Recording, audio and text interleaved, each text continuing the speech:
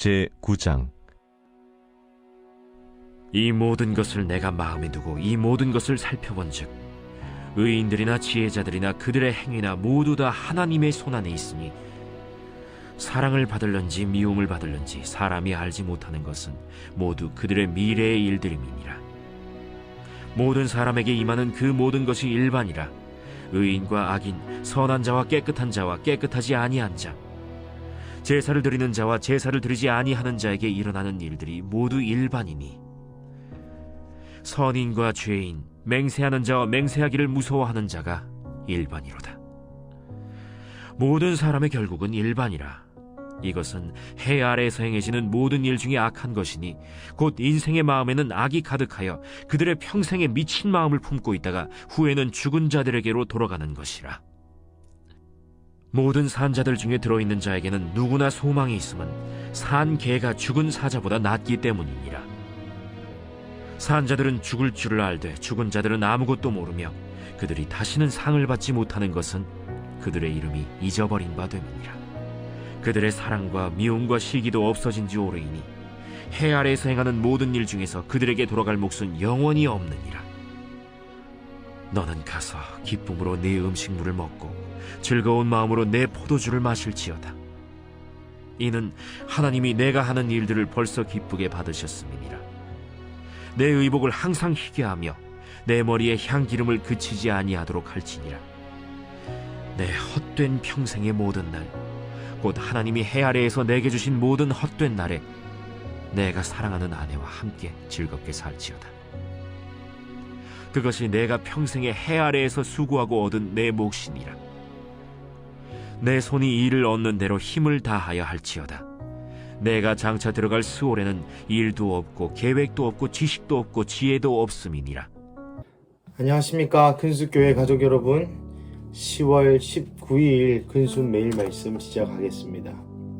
오늘 본문도 여전히 전도서의 말씀입니다. 오늘 전도서 9장에서 과연 이 전도자가 우리에게 어떤 말씀을 하는지, 또 이 말씀을 통해서 하나님께서 오늘 우리에게 하고자 하시는 말씀이 무엇인지 함께 말씀을 나누도록 하겠습니다. 오늘 말씀은 약간 말이 어렵습니다. 그래서 약간 한 절 한 절 떼어가며 읽어보도록 하겠습니다. 1절입니다. 이 1절은 이 모든 사람들이 하나님의 손안에 있고 이 모든 사람들은 그들의 미래의 일을 알지 못한다 라는 말의 의미입니다. 2절과 함께 해석해보자면, 그래서 모든 사람들이 사실은 다 하나님의 손안에 있다. 그 누구도 예외가 없이, 여기 보시면 악인과 의인, 선한 자와 깨끗하지 아니한 자, 제사를 드리는 자, 제사를 드리지 않는 자가 모두 다 일반이다, 같다,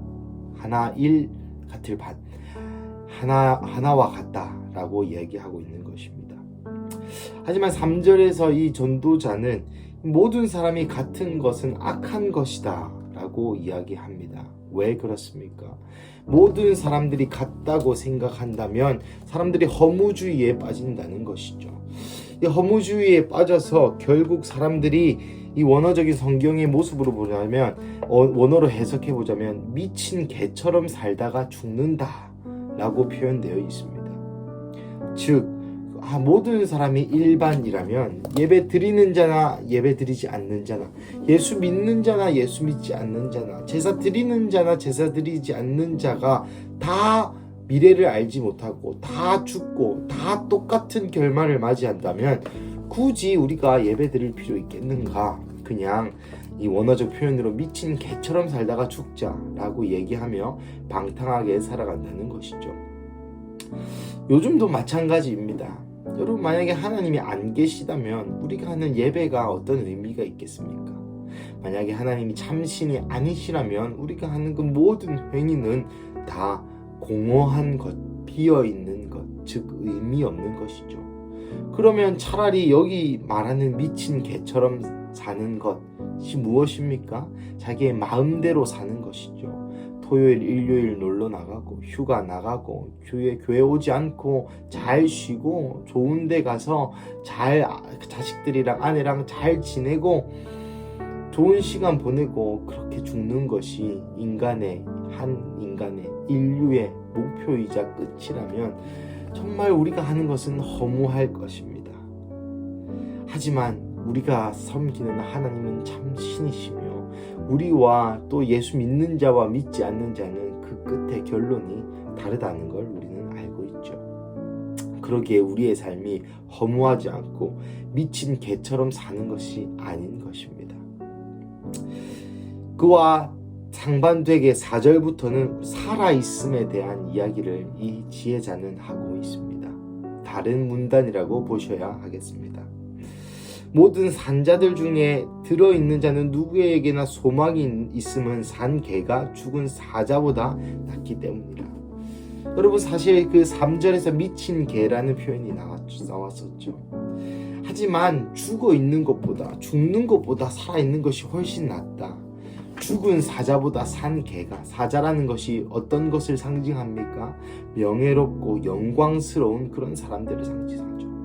과거에 무수히 영광스러웠던 사람들은 다 이미 죽었다. 살아있는 우리의 인생이 훨씬 더 낫다라고 이야기합니다. 참으로 그러하죠. 여러분, 과거에 이름 있는 사람들의 삶이 지금 우리에게 어떤 의미가 있습니까? 아무 의미가 없습니다. 과거에 그렇게 유명하고 그렇게 이름을 날렸던 그 당대의 영웅들조차도 우리가 이름을 기억할 뿐이지 그들의 삶이 우리에게 그렇게 큰 의미가 있어 보이진 않습니다. 나아가 이 모든 삶이란 것은 살아있을 때에 또한 의미가 있는 것이죠. 그것을 계속해서 이 지혜자는 이야기하고 있습니다. 살아있다는 것이 죽은 것보다 훨씬 더 낫다. 4절부터 6절까지 이 죽은 자들은 그들의 이름이 잊어버린 바 되고 모든 일들 이 세상에 일어나고 있는 모든 일들 중에서 죽은 자에게 돌아갈 것은 없다. 살아있음을 즐겨라 라고 7, 8, 9절에서 이야기합니다. 하지만 이 상반되는 어떤 주제이지 않습니까? 1, 2, 3절에서는 모든 사람이 허무주의에 빠지고 미친 개처럼 살아가고 다 똑같다, 그런 식으로 이야기해 놓고서는 4, 5, 6절에는 살아있다는 것에 대한 강조를 합니다. 이 상반되는 주제에 대한 것 같은 이 배치가 7, 8, 9절에 어떤 이 지혜자가 하고자 하는 이야기를 훨씬 더 부각시키는데요.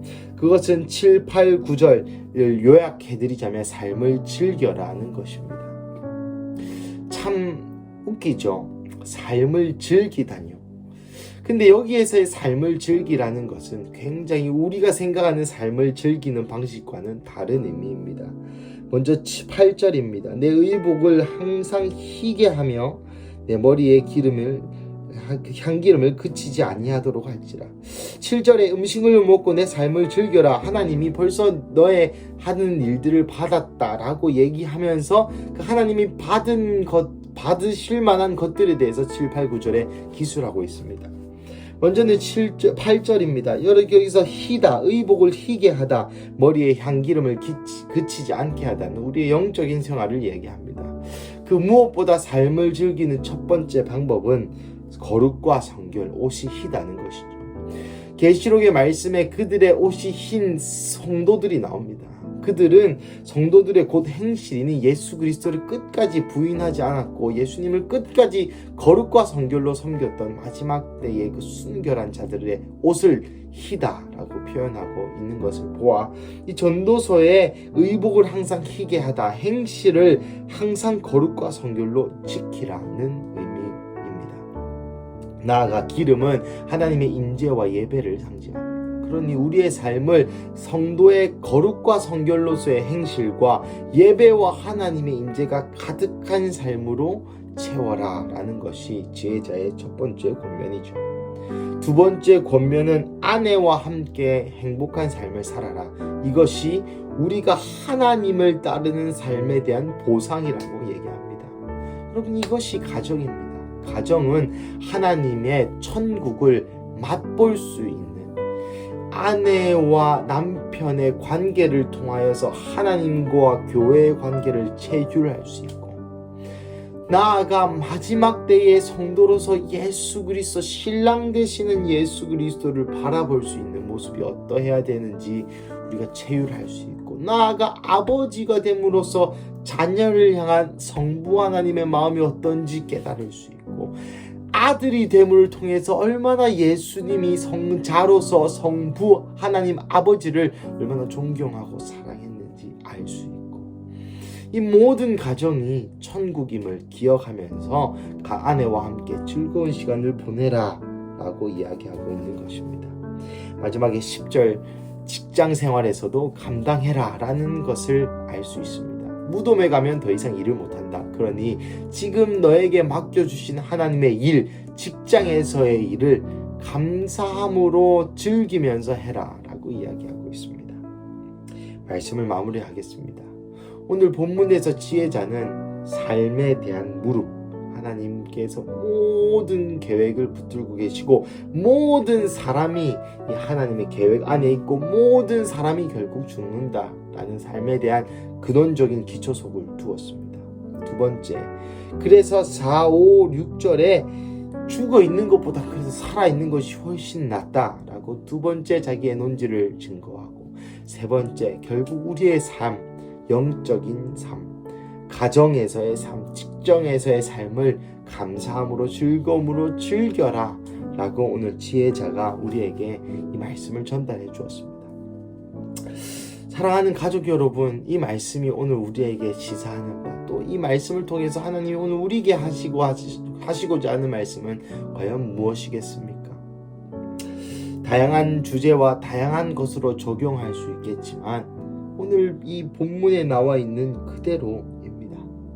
우리의 삶을 영적인 삶으로, 영적인 생활이 있는 삶으로 채우고, 가정에서의 충실하고 직장에서의 충실한 삶.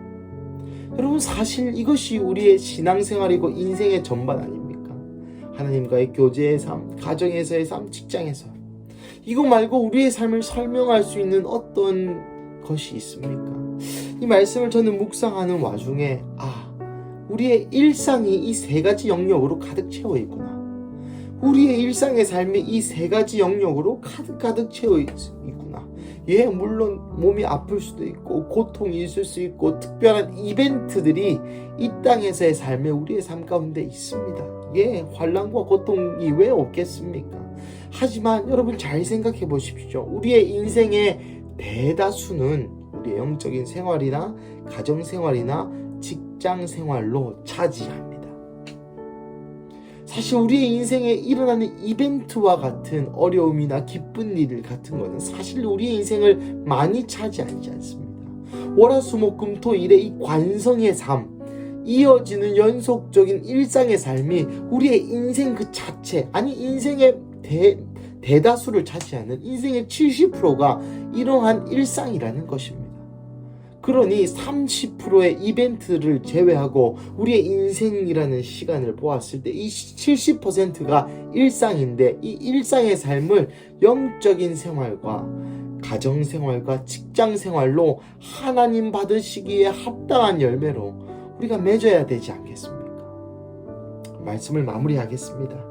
우리는 영적이라고 얘기할 때에 이 영적이라는 말에 굉장히 우리의 일상과 동떨어져서 생각할 때가 많습니다.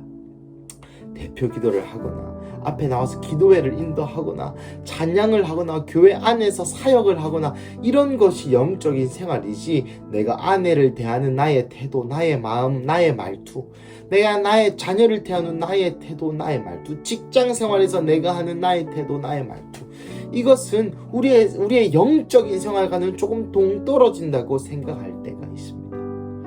하지만 오늘 이 말씀을, 전도서의 말씀을 통해서 하나님이 우리에게 말씀하십니다. 너의 삶을 즐겨라. 즐기되 하나님 안에서 하나님이 허락하신 우리의 인생의 70%를 차지하고 있는 이 우리의 삶의 실제를 주께 올려드려라 라고 하나님께서 우리의 삶에 노크하고 계시는 것 같은 감동이 들었습니다. 마지막으로 이 말씀을 드리고 마치겠습니다. 과거 청년 때 어떤 한 청년이 저에게 와서 이런 질문을 했습니다. 그때는 제가 형이었죠. 형, 내가 이 택배 알바를 하는데 하지만 나는 예수님을 믿는데 내가 이 택배 알바를 하는 것이 예수님 믿는 것과 너무 동떨어지는 일이다. 난 아침 새벽 6시에 나가서 오후 4, 5시에 마치는데 내가 하는 일은 내 인생이라는 것을 생각해 보았을 때 내가 하는 일은 그냥 택배 박스를 붙이고 나르고 하는 일밖에 없는데 예수를 사랑하는 나로서 이거를 어떻게 해석해야 되는지 나 잘 모르겠다 라고 저에게 물음한 적이 있었습니다. 그 질문에 저도 적절히 답변을 그때는 못하였던 것 같습니다. 하지만 우리가 부르신 곳이 예배의 자리며 우리가 부르신 곳이 우리가 서야 할 사명의 자리입니다.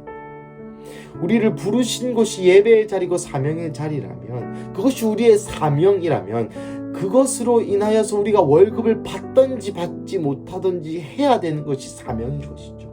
직장도 마찬가지입니다. 여러분이 하나님께서 여러분을 그곳을 직장으로 여러분이 부르신 자리로 예배의 자리로 부르셨습니까? 그럼 여러분은 돈을 얻든지 못 얻든지 그곳에 있어야 한다는 것이죠. 그것이 바로 이 땅의 나그네의 삶을 사는 삶, 천국을 바라보며 본향을 사모하는 삶인 줄 믿습니다. 사랑하는 가족 여러분, 오늘 이 수요일 아침 가운데 여러분이 어디에 계시든지 부르신 곳에서 예배하는 삶, 여러분이 어디에 계시든지 그 위치, 그 장소, 나의 위치, 내가 해야 되는 일, 직장, 가정에서 이것이 나의 사명이라고 생각하고 이것을 나의 사명이라고 인지하고 이것을 나의 사명으로 받아들이고 모든 것을 주께 대하다라고 하였던 그 말씀처럼 오늘 하루 하나님으로 가득 찬 가정, 하나님으로 가득 찬 우리 직장, 하나님으로 가득 찬 나의 큐티 생활과 기도 생활과 예배 생활과 모든 인생의 매 분초 되시기를 간절히 축복합니다. 우리 함께 기도하겠습니다. 사랑하는 하나님, 감사합니다. 오늘 전도서 말씀을 통해서 우리에게 이 영적인 삶, 가정의 삶, 직장에서의 삶이 하나님으로 가득 차야 한다는 것을 알려주셔서 감사합니다. 주님, 우리의 매일의 삶과 우리의 영적인 우리의 실체가 너무 동떨어질 때가 많음을 주님 또한 인정합니다. 하지만 사랑하는 하나님, 오늘 수요일 이 아침 가운데 다시 한번 하나님을 우리의 삶의 구주로, 나의 가정생활의 구주로, 나의 직장생활의 구주로 영접합니다. 그래서 주님, 내 가정생활에서 내가 아내에게 어떤 어투로, 어떤 말투로, 어떤 마음으로 대하는지가 내가 주께 대하는지 주께 대하듯이 하게 하시고, 내가 직장생활에서 내가 이 일을 어떻게 하는지가 하나님께서 나에게 맡겨주신 일을 하듯이 직장생활에서도 열심히 일하게 하시고, 그래서 나의 모든 삶의 분초가 하나님으로 가득 찬 삶이 되어서 내가 24시간 주와 동행할 수 있는 삶 살게 하여 주시옵소서. 주님, 오늘 하루도 주께 다시 한번 올려드립니다. 주님, 우리의 삶에 찾아와 주시고 우리의 모든 시간의 주인 되어 주시옵소서. 주님, 감사합니다. 이 모든 말씀 살아계신 예수님의 이름으로 기도드립니다. 아멘.